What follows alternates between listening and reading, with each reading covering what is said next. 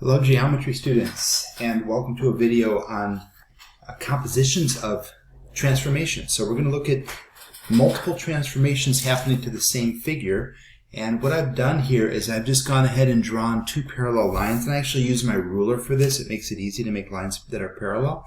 So I use my ruler and just drew lines on both sides, and then I drew a triangle that is two things. First of all, it's one of the sides is parallel. It just makes it a little bit easier if this side is parallel to the ruler. And the other thing about it is this is a scalene triangle. So I made this side shorter than this. So try to draw that before we get to that point. And you can pause the video and do that when you need to do that. All right. So what exactly are we looking at here? So first of all, what is a composition of functions? Well, transformations. A composition of transformations is just one transformation that follows another. That's it. So it's just one transformation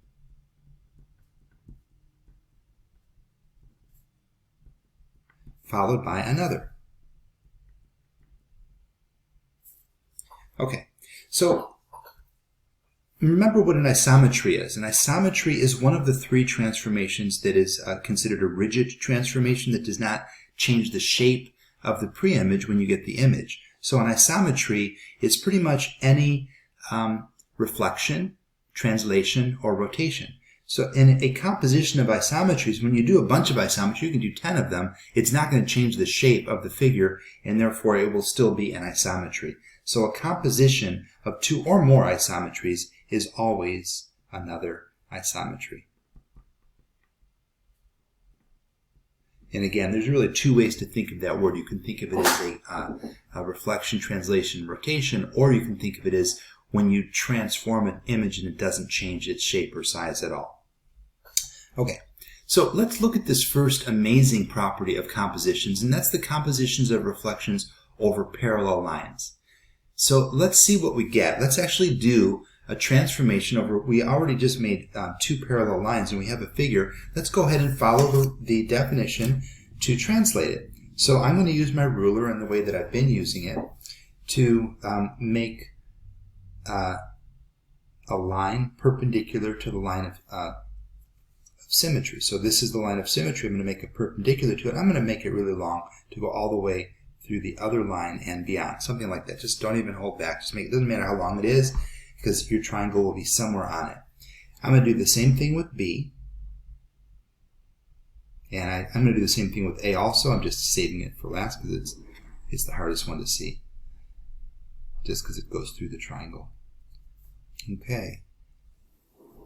All right, and remember how we use that to do our reflection. So we're going to do a reflection over line M first. That's what it says, reflect over line M. And then when I say then over line N, I mean then its image. So I'm really going to reflect here. I'm going to put this in here just to be very clear. We're not reflecting the triangle, the original triangle over both lines. We're reflecting this triangle over this line and then its image over this line. So its image. Okay, so let's go ahead and measure out those distances. That's what we do with this. So we starting out with line M. So I'm going to store the distance there and then duplicate it on the other side. So that would be my C prime for the middle one. And if I made this parallel, then B prime will actually be the same. So that's why we did that, just to make it a little bit easier. We're not really going to call this B prime, by the way, because it's not really our final image. We're going to continue on. So this will be where A gets reflected to, and those are the 3 points. And then remember, we make this a dashed triangle. We don't make this a solid one or fill it in or color it because it's not really our final image and just keeps things clear by doing it that way. So here's our middle triangle, and we're ready now to reflect that over the next line and see what happens. Okay, we know it's going to be an isometry, but it's actually going to be a very specific isometry once I reflect this over line N. So I'm already halfway there. The line's already there. That's why I said to draw it really long. So all I have to do now is just store these distances like this. There it's stored. Now move it, and there it's moved. Okay, here it's store it first. So there it's stored. Now move it, and there it's moved. Okay, this one's already stored, so I'm going to do it one more time. And there we go. That is my final image. So this will be my B prime. This will be my A prime. And this will be my C prime. Let's see what we get when we kind of look at these a little bit together. So let's see what we have here. So here's my triangle. What does it look like as you're seeing this unfold? Think about it. Don't wait for me to tell you. Think about what this looks like. What kind of transformation do you see here? To be very specific so you really can understand what I'm asking. Okay, so this is my final image. What kind of transformation is this final image compared to this original image, pre-image? What do we do there? Well, we reflected it, but what does it actually look like?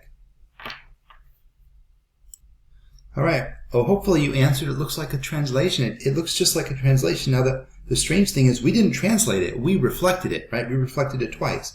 But look at from here, and we go straight over, and it's actually a translation.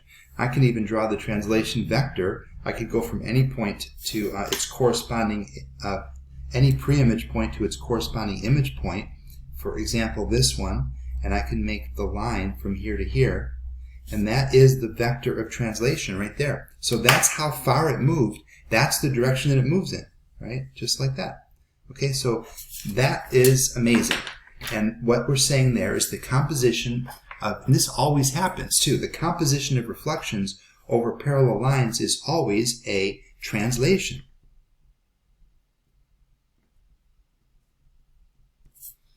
Okay. What about the composition of reflection over intersecting lines? Let's see what we get there. This time we're going to do this on the coordinate plane. So we're going to first plot this triangle, triangle ABC. We're going to plot this on the coordinate plane, and then we're going to reflect it over the x-axis.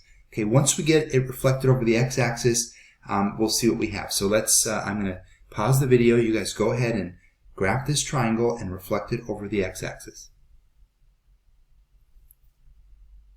Okay, so there's the middle image. That's the triangle, the pre-image, reflected over the x-axis. Now we're going to reflect this over the y-axis. So we're going to move everything just straight over. This is where we just do it by looking. We don't have to write anything down. 1, 2, 3, 4. So 1, 2, 3, 4, right there.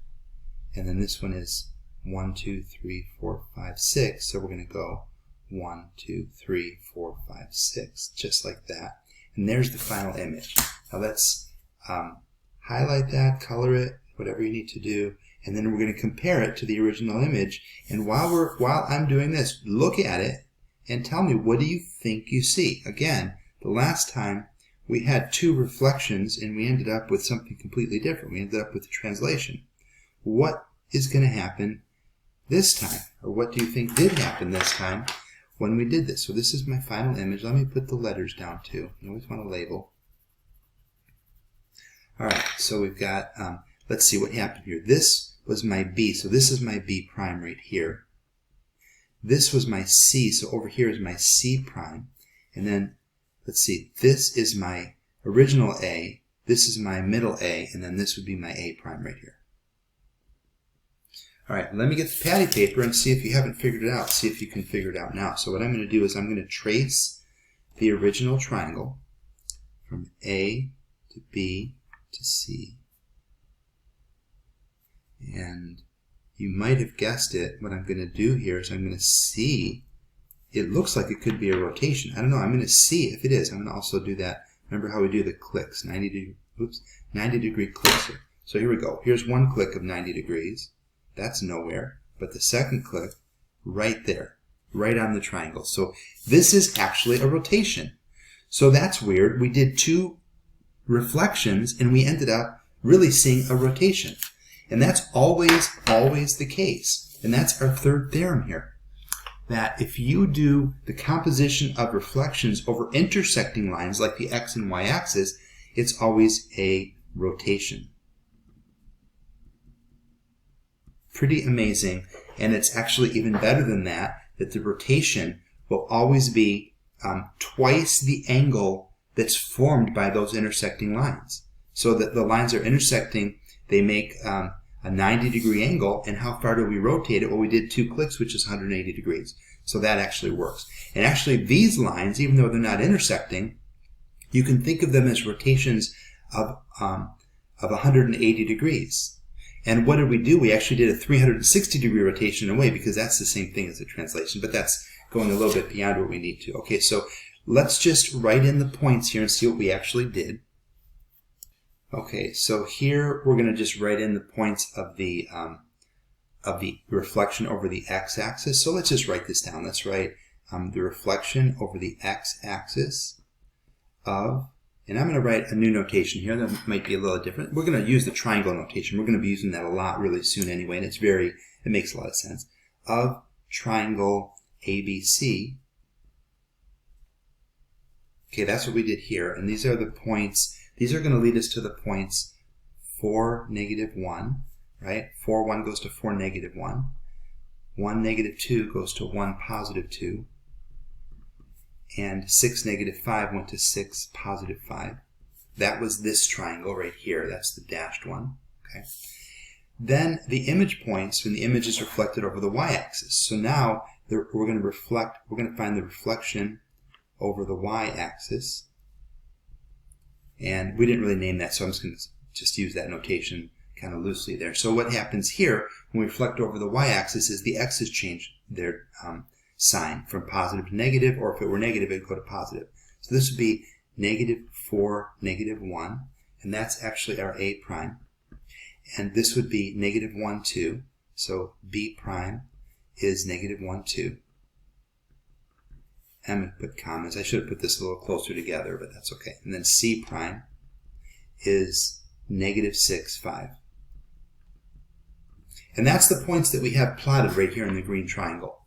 But we're now going to look at this with the rotation rule. And let me just remind you that a rotation of 180 degrees, the rule is x, y goes to -x, -y.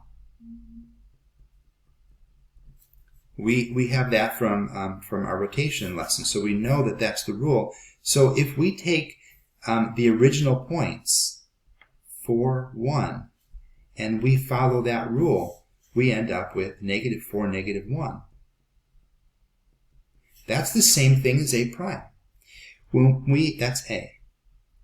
When we take our original 1, -2, 1, -2, and we apply this rule, we get -1, +2. -1, +2. That's our B prime. It actually is the same thing as when we reflected it twice. We see that, but now we're kind of seeing it with the numbers.